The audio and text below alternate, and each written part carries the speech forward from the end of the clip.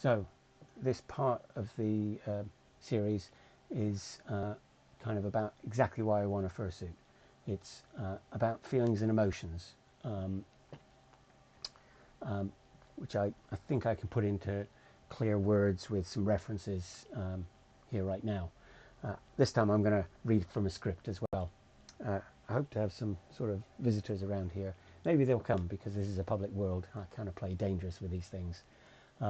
According to what I've written, I don't believe these are deep issues, feelings and emotions. They're on the surface of our lives all the time. We're just not used to being open and talking about them. Although some feelings, such as hunger, are easy to describe in public. To me, hunger feels like a knot pulling at the pit of my stomach, for example. So when I discovered my furriness, I knew it was all about a feeling. And that feeling is particularly intense whenever I think about making this fursuit of a kind. And that's why I want to do it.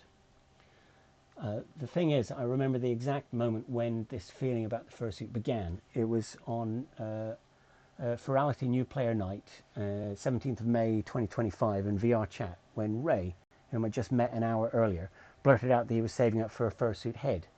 And like that moment, it was like the earth moved for me. So I've been looking around for what's going on. So there's this 778 page book from 2023. I'll go make it visible here. Just a second. There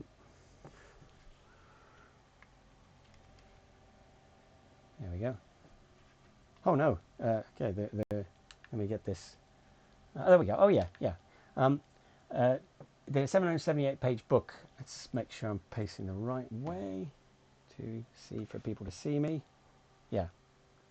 And then just check it's showing up on there. Yeah. So there's the book that way. I'm on this side of things. Okay. So it's called Fur Science, a decade of psychological research on the furry fandom. And there's not a single reference anywhere in it to feelings. To the authors of this book and all the chapters, the furry phenomenon is all about identity and nothing else. It's not feelings. So on that night, because I knew I was onto something strange, I went around that New Player Night asking people a question. On a scale of 1 to 10, how furry do you feel?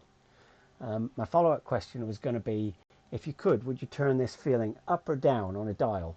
So the thing is everyone reported they felt it a 9 or a 10 on this scale, so that follow-up question didn't work. So, I mean, it's a feeling. Without doubt, my most intense feeling, let's put that over there, my most intense furry moment was during the Furality fireworks show, which I watched from the rooftop, sort of after an hour of messing around. Dracogen had flown us all up there one by one on the back of his avatar, and the sky was as beautiful as the music. Tom, who was right next to me, turned to me and said, "This is giving me chills," right during it. So that's sort of a phrase I've been looking for as I was searching through the scientific literature for some analytical statement related to this experience. So here we go. Let's just go put this thing up there. Yeah, there we go. That look right? Yeah. Let's just see. Yeah. Oh yeah, I think you can read that. Yeah, so it was a paper written in 2002 titled Emotional Sounds in the Brain, the Neuroaffective Foundations of Musical Appreciation. And I've got a few paragraphs I've pulled out from the middle, which sort of shows that they're kind of thinking the same thing I'm thinking. Okay, so they go.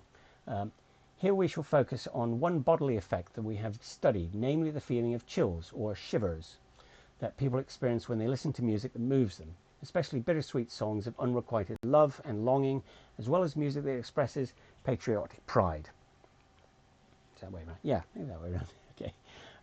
It should be noted that there are other chilling sounds, like the sound of fingernails scraping across a blackboard, that are very aversive, but that's probably engendered by a different brain response than the chills discussed here. A subjective experience that people commonly report when listening to moving music is a shiver on the neck and the back, which commonly spreads down the limbs and often envelops the whole body. Although no one has yet adequately characterized this response, this rush experience probably reflects, at least in part, a galvanic skin response. I'll add that these days this experience is known as ASMR, and kind of my view is for it to be known to our culture this late in the day tells you how little we tend to discuss our actual sensations and bodily feelings with each other, or we might have discovered this in like 1600. They go on. There are individual differences in the specific musical selections that evoke this response, but the most frequent stimuli are new. Let's see, yeah, there we go. The most frequent stimuli are new or unexpected harmony, crescendos, and other dynamic shifts. Although some people, perhaps less socially emotional ones, rarely have such experiences, most others delight in them whenever they occur. I don't know, that's kind of a mean thing to say about people, but what do they know? So if you keep looking forwards from 2002, there are subsequent very dry statistical papers detailing the deployment of apparatus for detecting these chill events using something called the goose cam, which is a device for detecting goosebumps on your skin. So, goosebumps, they're the sort of vestigial bodily response that's supposed to fluff out your fur and make you warmer, but seems to do the exact opposite because it just creates bigger gaps between your hair threads for the cold to get in. So, what's the point of that? That's why we want to have fur, I guess. So I've got another paper I'd like to read sections from, which is published this year in 2025. Let's go and get it, make it visible for you. Here we go. Oh yeah. Oh, this is the example of this survey paper of tons and tons of papers searching for chills and using goose cam or just people watching things go up in your skin when you get played certain music or something. So I've been trying to work out what's going on, but not very poetic really. Yeah. So here's this other paper. Right. So this paper from this year by Alan Fisk, who's been doing this thing for quite a while. Right. So the paper is called Seeking Communal Emotions in Social Practices that are culturally evolved to evoke emotions. Worship, kitten videos, memorials, narratives of love, and more. And some of the text in it goes as follows, or it's kind of how it starts out. Consider a person going to a worship service or to a Pixar movie, or, like, what was the one that we're all supposed to watch, Ferry's supposed to like? I forgot it. Damn it. Not the Robin Hood one, but there's a more modern one. Zootopia, yes, okay, Pixar movie. Or curling up to watch kitten videos on the internet. Or going to the boathouse to row in an 8-oared racing shell. In each case, the person is probably engaging in the practice because they seek to experience a specific emotion. And they're quite likely to experience this emotion. Let's check the sound's working. Let's see. Otherwise there's no point. Yeah, the sound's working. And they're quite likely to experience this emotion because the practice has been perfected by cultural evolution to evoke it reliably. Our theory is that people are participating in these practices are all experiencing the same emotion, for which we have coined the scientific name kama muta, a Sanskrit lexeme meaning moved by love. By using this artificial name, we emphasize that this is a scientific concept that is to describe a well-defined phenomenon. Had we used a natural word, one that we kind of in our vocabulary, it would lead to futile arguments over what that particular word really meant.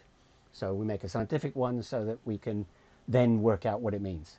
Through deductive scientific methods, we have arrived at a characterization of kama muta that it often elicits piloerection, goosebumps, and or chills, lacrimation, it's tearing up, a lump in the throat, or a feeling of being choked up, and or a sense of warmth and unspecified, pleasant, fuzzy feeling in the chest.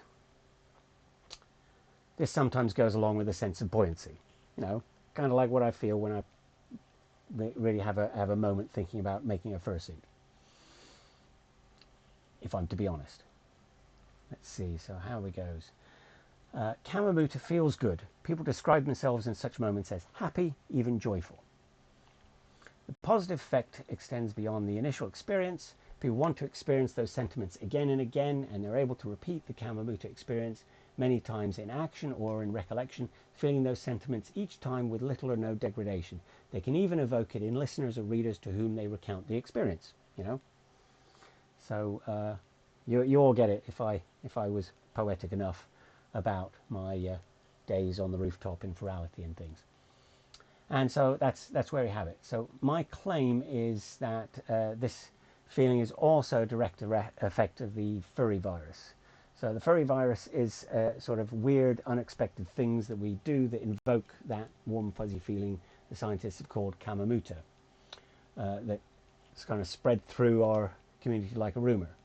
Scientists believe that this feeling is stimulated by a sudden intensification of communal sharing, but I reckon we have found other more powerful ways to make it happen. And when you get this feeling strongly enough, you feel confident, happy with yourself, less shy, more outgoing than you do without it. Let's see, yeah. And kind of like, that's probably why, otherwise shy people with fursuit heads kind of like go out in public and start talking to people. It's because it just makes them feel so good that they're happy to do it. I don't think it's quite about identity. At least for me it isn't. So I've got another little bit here, which is from another book. Let's go get this book up here for you. There we go. Furry Nation. Yeah, no one's come in. Right. Furry Nation, Chapter 7, where the author, Joe Strike, writes the following about... Let's just check that's all going good. Yeah. Yeah. I wonder if I could scroll down a little bit. There you can see him.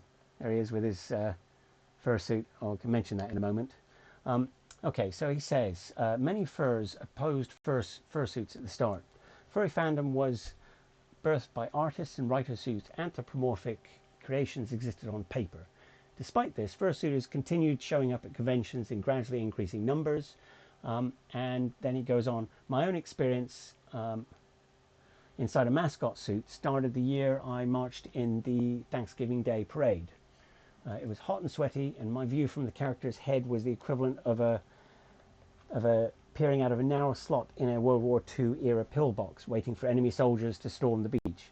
All I could see was a peripheral vision-free slice of the world through mesh fabric disguising an eye-level opening. Let's get that. Hands back. Yeah, there we go. In spite of the discomfort, the experience was fun, seeing kids cheering for someone they knew. For the length of the parade, I was that someone. The 2-mile walk seemed to fly by in no time. Still, he carries on, I never felt the yen to repeat the experience, even when fursuiters started showing up at the cons. It was a late Sunday afternoon, that sad time when conventions wind down. Let's see. Yeah.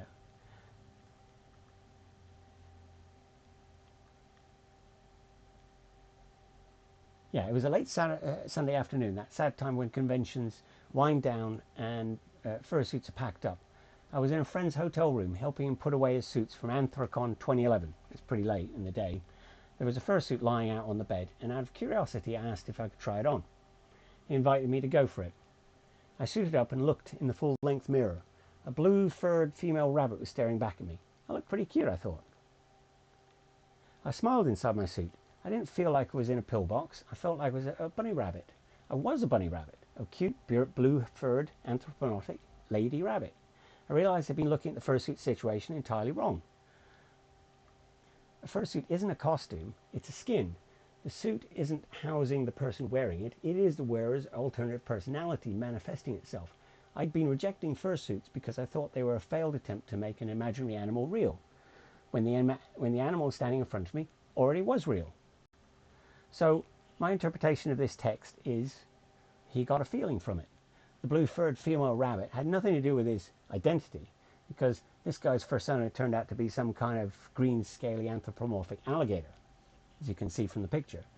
The rest of the chapter included lots of details about getting a suit built by someone called Art Slave.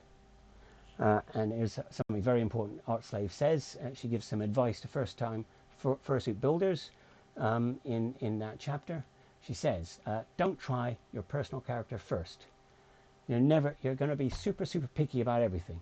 You're never going to be happy with it. You're going to be working on it for 3 fucking years, and you're going to waste 3 years you could have spent getting better and then ultimately being happy with what you made. Make a bland, generic, one-color fox instead. You'll learn so much making something you don't give a shit about.